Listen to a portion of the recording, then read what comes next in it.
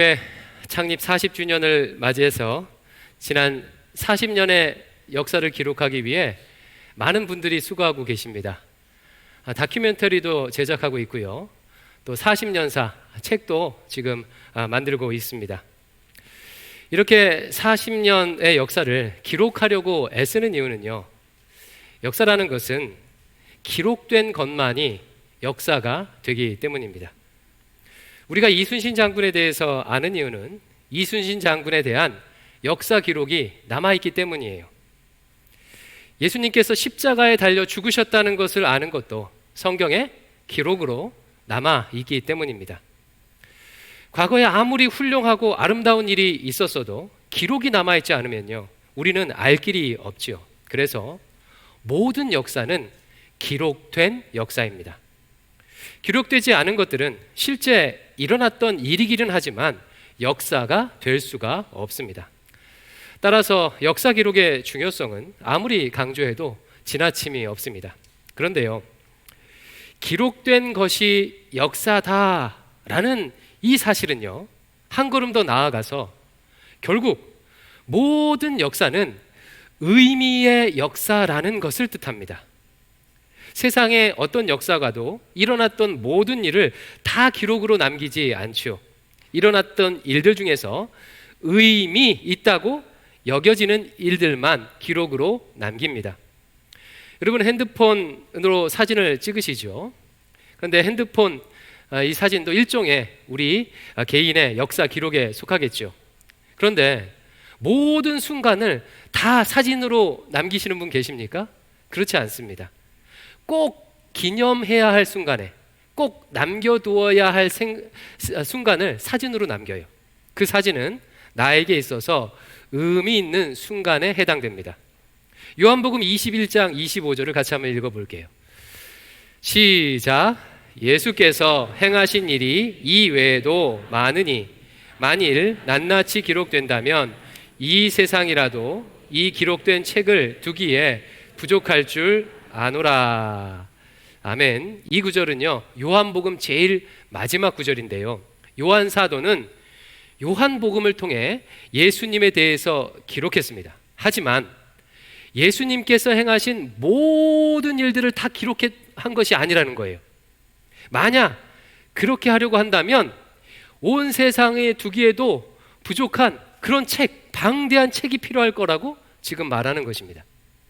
요한 사도는요, 예수님께서 하신 일 중에 일부만을 기록을 했어요.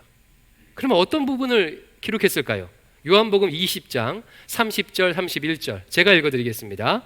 예수께서 제자들 앞에서 이 책에 기록되지 아니한 다른 표적도 많이 행하였으나 오직 이것을, 다른 말로 이것만을 기록함은 너희로 예수께서 하나님의 아들 그리스도이심을 믿게 하려 하며 또 너희로 믿고 그 이름을 힘입어 생명을 얻게 하려 함이니라. 예수님께서 하나님의 아들 그리스도이심을 잘 드러내는 사건만을 추려서 기록한 것입니다. 즉, 요한의 기록 목적에 합당한 사건을 기록한 거예요.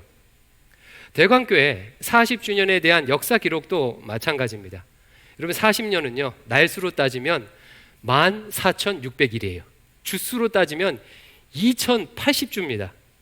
그 모든 것들을 다 기록할 수도 없고 기록할 필요도 없겠지요. 그 중에서 의미 있다고 생각하는 것을 기록하는 거예요. 그러면 자연스럽게 질문이 하나 생기죠. 그렇다면 무엇이 의미 있고 무엇이 의미가 없는지를 어떻게 정할 수가 있을까요? 여기에서 역사 기록에 있어서 이 부분이요, 매우 중요합니다. 바로 여기에 역사를 바라보는 역사가의 관점이 작용해요. 역사가의 관점. 역사가의 관점에 따라서 역사적 사건들이 추려지게 되고, 역사가의 관점에 따라서 일어났던 사건에 대해서 다른 의미가 부여돼요. 예를 들어 일제강점기 36년은요, 바라보는 관점에 따라 다르게 해석되죠. 소위 식민사관을 가진 사람들은 일제시대를 미화합니다. 일본 덕분에 한국이 근대화를 빨리 이루었어 라고 의미 부여를 해요. 반면에 민족주의적인 관점으로는 일제시대는요, 민족적 치욕의 시대입니다. 따라서 일제잔재는 반드시 청산해야 되는 것이죠. 또 다른 예를 들어보겠습니다.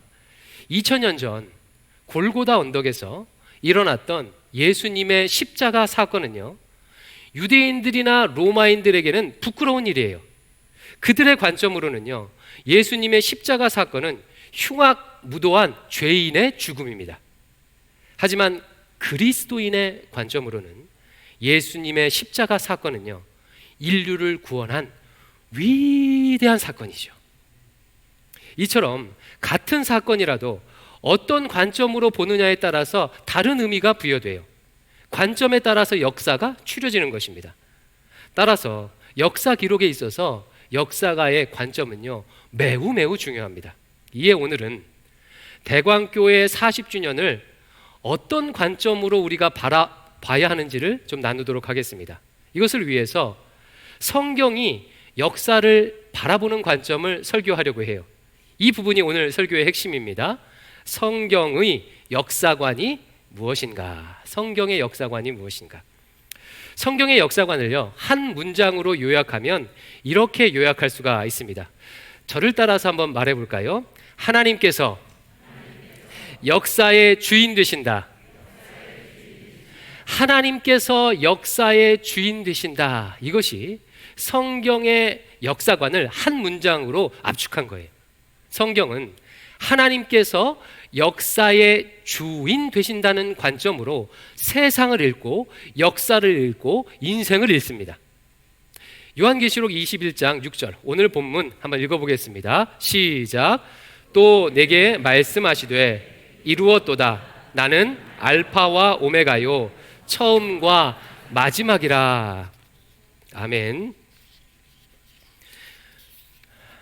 종말의 때에 재림하신 성자 예수님께서 자신에 대해서 지금 이렇게 선언하는 거예요. 나는 알파와 오메가요, 처음과 마지막이라. 역사의 시작과 끝을 예수님께서 주관하신다는 말입니다. 역사는요, 예수님께서 시작하셨기에 시작된 것이고, 역사는 예수님께서 끝내기에 끝난다는 거예요. 역사의 주관자는 예수님이십니다. 말씀 한 구절 더 읽어볼게요. 마태복음 10장 29절입니다. 시작. 참새 두 마리가 한 아사리온에 팔리지 않느냐? 그러나 너희 아버지께서 허락하지 아니하시면 그 하나도 땅에 떨어지지 아니하리라. 별 가치가 없어 보이는 이 참새 한 마리도요, 하나님께서 허락하셔야 땅에 떨어진다고 말해요. 이 세상의 모든 일들은 하나님의 주권과 섭리 안에 있다는 것입니다. 이것이 성경이 역사를 바라보는 관점이에요. 역사의 주인은 하나님이시다. 모든 일들은 하나님의 섭리 안에 있다. 그러면 이제 한 걸음 더 나아가서요, 하나님께서 역사의 주인이라는 관점이 가지는 의미를 조금 더 깊게 살펴보도록 하겠습니다. 오늘은 세 가지를 좀 나누려고 하는데, 첫 번째는 하나님께서 역사의 주인이시라는 것은요, 인간은 역사의 주인이 아니라는 뜻이에요. 여러분, 당연한 말이죠. 그동안 인류는 무한한 발전을 이루었습니다. 며칠 전에 우리 한국이 우주 발사체를 우주에 띄우는 데 성공하지 않았습니까? 피조 세계에서 호모 사피엔스, 오직 인간만이 엄청난 지적인 발전, 엄청난 문화의 발전을 이루었어요. 이러다 보니까 자칫 인간이 역사의 주인이라는 착각을 가질 수가 있습니다. 모든 피조 세계가 인간을 위해서 존재한다고 생각할 수가 있어요. 그러나 성경은요, 단호하게 말합니다. 인간은 한낱 피조물일 뿐이다. 인간은 먼지다. 창세기 2장 7절 상반절, 여호와 하나님이 땅의 흙으로 사람을 지으시고, 하나님께서요, 인간을 흙으로 지으셨어요. 이 흙으로 번역된 이 단어 원문의 의미는요, 먼지입니다. 먼지. 하나님은 인간을 먼지로 지으셨습니다. 사진을 한 장 띄워주시겠습니까? 이 사진은 미국 우주탐사선 보이저 1호가요, 지구로부터 64억 킬로미터 떨어진 곳에서 지구를 찍은 사진이에요. 여러분, 지구 보이십니까? 푸른 점. 그 동그라미 안에 있는 점이 바로 지구예요. 우리가 사는 지구라는 별이요, 이렇게 작습니다. 우리 지구는 태양을 중심으로 돌고 있지요. 이것을 태양계라고 하지요. 이런 태양계들이 모여있는 것이 은하인데, 우리가 속한 은하 안에는요, 이 태양계와 같은 것들이 수천억 개가 있다고 합니다. 그리고 우리 우주 안에는 이런 수천억 개의 별을 가진 은하가 무려 2조 개나 있다고 합니다. 여러분, 상상이 되십니까? 우주를 놓고 보았을 때 지구는요, 사실 점으로도 표기하기 어려운 그런 작은 별이에요. 그런 지구 안에 아주 작은 먼지처럼 사는 사람들이 바로, 그런 존재가 바로 우리 인간입니다. 사진을 다시 한번 띄워주세요. 자, 여러분, 제가 질문을 드립니다. 자, 이 사진을 보시면서 더 많이 가진 사람과 덜 가진 사람의 차이를 발견해 보세요. 발견할 수 있으시겠습니까? 잘난 사람과 못난 사람의 차이를 한번 발견해 보세요. 발견할 수 있으시겠어요? 하나님의 시선으로 보면요, 인간 사이의 차이는 정말 아무것도 아니에요. 하나님께서 역사의 주인이시라는 관점으로 보면 인간은 찰나의 순간에 잠깐 살아가는 먼지 같은 존재입니다. 다만 그 먼지 같은 인간을 하나님께서 하나님의 형상으로 창조하시고 피조 세계를 돌보고 경작하도록 권한을 위임하신 거예요. 인간은 모든 역사의 주인 되신 하나님으로부터 이 세상을 섬기도록 부름받은 청지기이지, 인간이 역사의 주인이 아닙니다. 그런데요, 역사를 보게 되면 인간이 스스로 역사의 주인 노릇하려는 시도들이 많이 있다는 것을 알 수가 있어요. 그리고 그럴 때마다 아주 끔찍한 일들이 일어났습니다. 대표적인 사례가 여러분, 전쟁이에요. 전쟁이 왜 일어나죠? 역사의 주인 되려는 가장 폭력적인 시도가 전쟁입니다. 16세기 말이 되자 인류는 과학기술의 발전으로 인해서 장밋빛 미래를 꿈꾸게 되었습니다. 기술 발전으로 인해 엄청난 양의 식량을 대량 생산할 수 있게 되자, 아하, 이제 곧 빈곤을 극복할 수 있겠구나, 이제 곧 모든 사람들이 배고프지 않게 될 수 있겠구나 라는 희망을 갖게 됐어요. 또한 의료기술의 발달로 인해서 수많은 질병들이 정복이 되었습니다. 이에 많은 지식인들이 인간의 이성의 위대함을 찬양했고, 이제 곧 종교조차도 사라질 것이라고 전망했습니다. 사람들이 두려움 때문에 신을 만들었는데 이제 인간을 두렵게 만드는 것들을 정복하게 될 날이 멀지 않았으니까 당연히 종교도 사라질 거야 라고 예측했다는 거예요. 하지만 이런 장밋빛 전망은 오래가지 못했어요. 인간은 그 엄청난 과학기술을 가지고 세계 1차 대전과 2차 대전을 일으켰습니다. 히로시마에 원자폭탄을 터뜨렸어요. 수천만의 사람들이 인간이 만든 과학기술로 말미암아 목숨을 잃었습니다. 인간이 스스로 역사의 주인이 되려고 하자 과학은 재앙이 된 것입니다. 이런 일들은 지금도 계속 이루어지고 있죠. 인간은 인간을 위한다는 핑계로 함부로 나무를 자르거나 함부로 물고기를 포획하거나 함부로 자기 마음대로 땅을 파서 화석연료를 채취해 연기를 뿜어냅니다. 마치 지구의 주인이 인간인 양 바다와 산에, 들에 온갖 쓰레기를 버리고 있습니다. 인간이 역사의 주인 행세를 한 결과 심각한 환경 파괴가 이루어지고 있습니다. 사랑하는 성도 여러분, 성경은 인간이 역사의 주인이 아니라고 말합니다. 역사의 주인은 하나님이십니다. 인간은 하나님의 청지기일 뿐이에요. 주인 되신 하나님께서 허락하신 아주 조그만 땅덩어리에서 찰나의 시간을 살다가 가는 청지기, 이게 바로 우리의 존재입니다.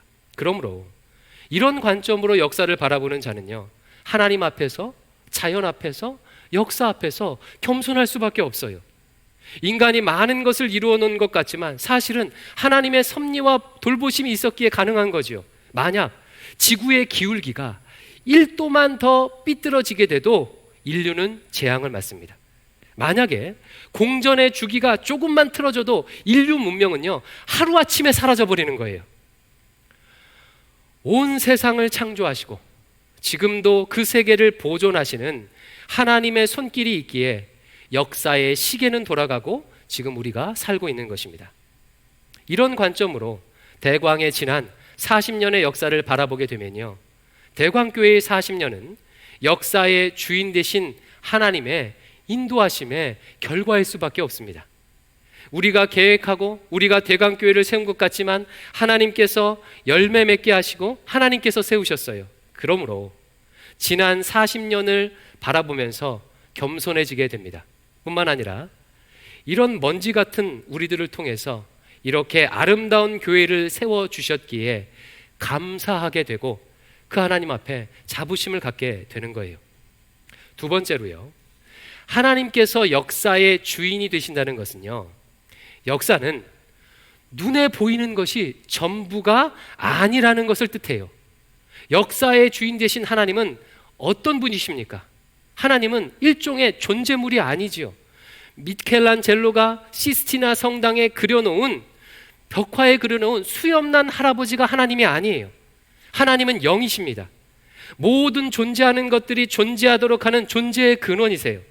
우리가 하나님을 하나님이라고 부르니까 마치 규정할 수 있고 설명할 수 있을 것이라 착각하지만 하나님은 이 세상의 전부보다 크신 분이기에 이 세상에 어떤 존재물도 하나님을 규정하거나 가늠할 수가 없습니다. 한마디로 하나님은요, 초월하신 분이에요. 초월하신 분입니다.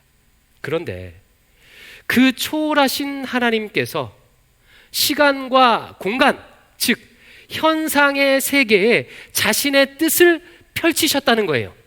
자신의 뜻을 펼치신다는 거예요. 따라서 역사라는 것은요, 이 초월과 현상이 만나는 장이 역사예요. 눈에 보이지 않는 세계와 눈에 보이는 세계가 만나는 장이 바로 역사입니다. 이런 초월과 현상의 만남을 잘 보여주는 사례가 욥의 이야기이죠. 눈에 보이지 않는 초월의 세계에서 하나님과 사탄이 욥을 두고 대화를 합니다. 현상의 세계에 사는 욥은 그것을 알지를 못해요. 그런데 초월의 세계에서 결정된 그 사실이요, 현상의 세계에 사는 욥에게 엄청난 영향을 미쳐요. 욥은 알 수 없는 이유로 고통을 당합니다. 욥의 고난의 역사는, 욥의 고난의 역사는 초월의 세계와 현상의 세계가 만나서 펼쳐지는 이야기예요. 초월과 현상이 만나서 역사가 펼쳐지는 것을 아주 가장 잘 보여주는 증거는 바로 여기 앉아 계신 여러분들이세요. 여러분들이십니다. 사랑하는 성도 여러분, 유한한 우리 안에, 먼지 같은 우리 안에 누가 계시지요? 영원하신 하나님, 성령님께서 우리 안에 계십니다. 그러므로 신자의 삶의 모든 순간은요, 초월과 현상이 만나서 펼쳐지는 이야기예요. 신자의 역사가 바로 그렇습니다. 따라서 이런 관점으로 역사를 바라보는 사람은요, 눈에 보이는 것이 전부가 아니고 눈에 보이지 않는 초월하신 하나님의 손길이 있음을 인정하게 되겠지요.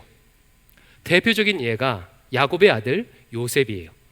그는 형들의 미움을 받아서 애굽의 종으로 팔려갔습니다. 그리고 감옥까지 갔어요. 무려 13년의 기간을 노예와 죄인으로 보냈습니다. 13년의 긴 시간 동안 요셉에게 일어났던 눈에 보이는 현상들은요, 고통 그 자체였습니다. 만약에요, 요셉이 눈에 보이는 것만을 전부로 알았다면 나중에 총리가 되었을 때 형들에게 어떻게 반응해야 했겠습니까? 당연히 자신을 판 형들에게 복수를 해야 했어요. 그러나 총리가 된 요셉은 형들에게 이렇게 말합니다. 창세기 45장 8절 같이 읽습니다. 시작. 그런즉 나를 이리로 보낸 이는 당신들이 아니요 초월하신 하나님이시더라. 지난 13년 동안 자신에게 펼쳐진 현상들에는 초월하신 하나님의 개입이 있었다는 거예요. 요셉은 하나님께서 주인이시라는 역사관으로 자신의 삶을 보고 있는 것입니다. 그리고 이렇게 보게 되자 지난 13년의 시간이 완전히 다르게 의미 부여되는 거예요. 현상으로만 보면 지난 13년은 없어져야 할 고통의 시간입니다. 하지만 하나님 중심의 역사관으로 보니까 그 시간은 총리가 되도록 준비되는 시간이었어요. 하나님의 뜻이 펼쳐지는 시간이었어요. 고통의 시간이 의미 있는 시간으로 바뀌었습니다. 이런 관점으로 대광교회의 지난 40년을 바라보면 어떻게 보입니까? 눈에 보이는 것이 전부가 아님을 고백하게 된다는 거예요. 대광교회 40년의 역사 안에는 눈에 보이는 일들과 눈에 보이지 않는 일들이 함께 섞여 있습니다. 눈에 보이는 일들이란 어떤 것들이겠어요? 우리가 했던 수많은 프로그램들, 행사들, 그리고 사람의 숫자, 재정의 규모, 사람들의 이름들, 그리고 이렇게 세워진 건물 등 이런 것들이 눈에 보이는 거예요. 반면에 이런 눈에 보이는 것들뿐만 아니라 눈에 보이지 않는 초월의 역사가 함께 있다는 것입니다. 예를 들어서 2009년도에 여러분 대광교회 무슨 일이 있었는지 아세요? 2009년도 대광교회 교회 이 본관, 이 건물 리모델링이 완공이 되었습니다.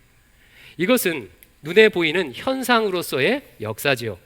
그런데 그 이면에는, 이 리모델링 완공 이면에는요, 눈에 보이지 않는 초월적 개입이 있었다는 거예요. 많은 성도들의 기도와 헌신이 있었고 그 기도와 헌신을 받으신 초월하신 하나님의 개입으로 본관 리모델링이 완성된 것입니다. 따라서 리모델링이라는 역사적 기록을 보면서 우리는요, 눈에 보이는 일들에 기뻐하고 보이는 곳에서 수고했던 분들에 감사하게 될 뿐만 아니라 눈에 보이지 않는 초월하신 하나님의 역사에 감사하게 되는 것입니다. 그리고 보이지 않는 곳에서 기도와 헌신을 했던 이름 없는 헌신자들에게 고마움을 느끼게 되는 거예요. 그런 의미에서 이 시간을 빌어서요, 지난 40년 동안 주님의 몸된 교회를 위해 보이지 않는 곳에서 하나님의 역사의 통로가 되어주신 분들에게 말씀드립니다. 여러분 고맙습니다.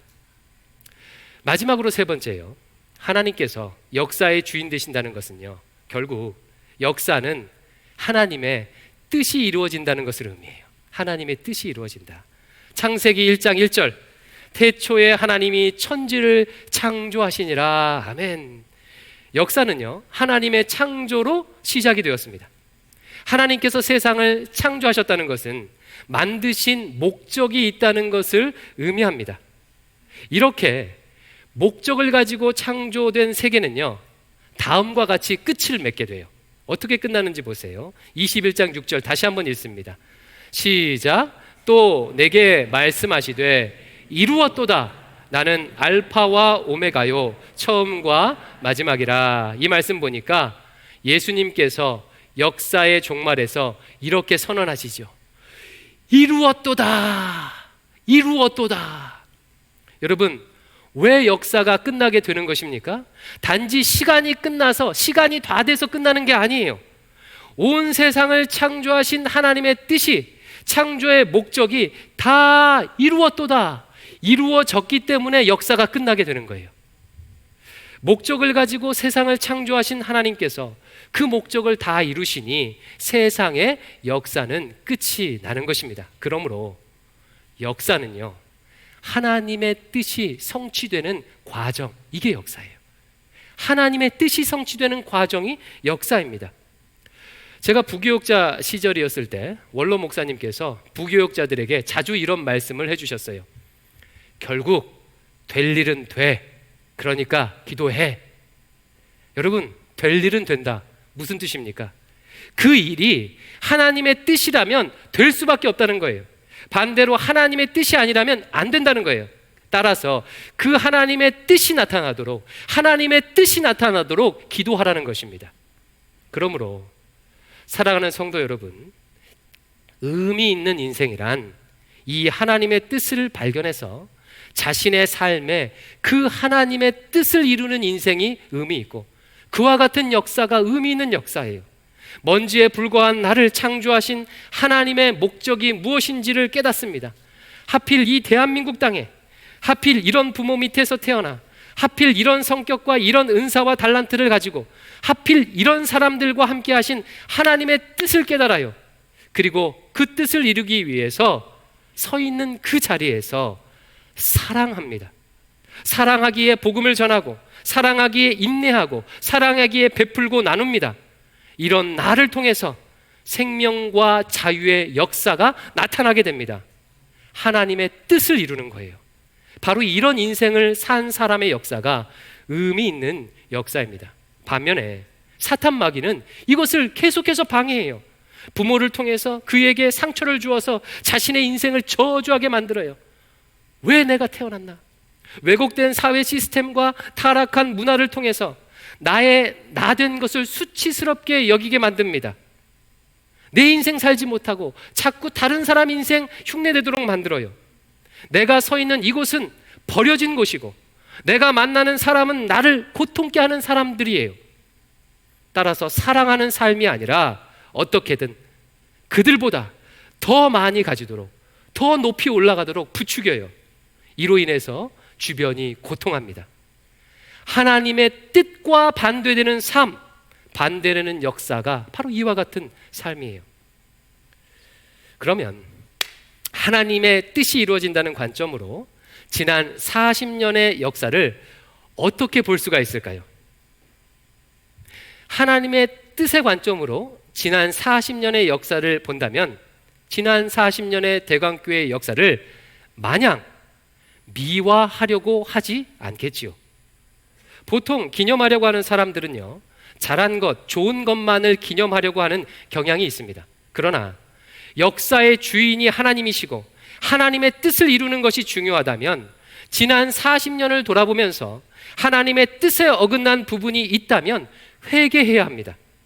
이웃에게 생명의 복음을 온전히 전하지 못했던 것, 분쟁하고 다투었던 것, 나누고 베풀지 못했던 것, 교만했던 것, 사랑하지 못했던 것 등이 40년의 역사의 흔적에 보이게 되면 회개해야 합니다. 또한 할 수 있다면 하나님의 뜻을 가렸던 어리석은 모습 또한 기록으로 남겨서 후세대들에게 전해야 돼요. 2차 세계대전 패전국인 독일과 일본은 역사를 대하는 자세에 있어서 극명한 차이를 보여주었습니다. 독일은 2차 세계대전 당시 유대인들을 학살했던 죄를요, 철저히 반성하고 그 대가를 지불했어요. 또한 실패의 역사를 기록으로 남겨서 후세대에게 가르쳤습니다. 반면에 일본은 자신들의 잘못을 인정하지 않을 뿐 아니라 미화했습니다. 그릇된 기록을 남겨서 후세대들의 눈과 귀를 가리고 있습니다. 하나님의 뜻의 성취를 역사의 기준으로 본다면 마땅히 부족한 부분도 인정해야 하고 앞으로 보완할 수 있도록 역사에 반영해야 합니다. 반면에 하나님의 뜻을 이루었던 일들은 마땅히 기뻐하고 감사하고 기념할 수 있어야 하겠지요. 많은 영혼들에게 복음을 전한 일, 연약한 신자들을 그리스도의 제자로 삼은 일, 상처받은 사람들을 위로하고 보듬은 일, 선교지를 개척하고 교회를 세운 일, 아름다운 찬양으로 하나님께 영광을 드러낸 일 등 하나님의 뜻을 이룬 것을 기억하고 기념하여 앞으로도 하나님의 뜻을 이룰 수 있도록 해야 합니다. 이제 말씀을 맺겠습니다. 자, 성경의 역사관을 한 문장으로 뭐라고 한다고요?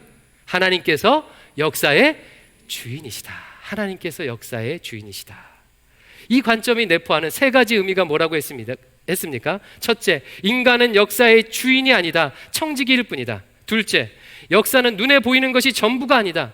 초월적인 하나님의 섭리가 있다. 세 번째, 하나님의 뜻이 이루어지는 과정이 바로 역사다. 이런 관점으로 세상과 나를 그리고 대광교회 지난 40년을 돌아보시기를 축원합니다. 기도하겠습니다.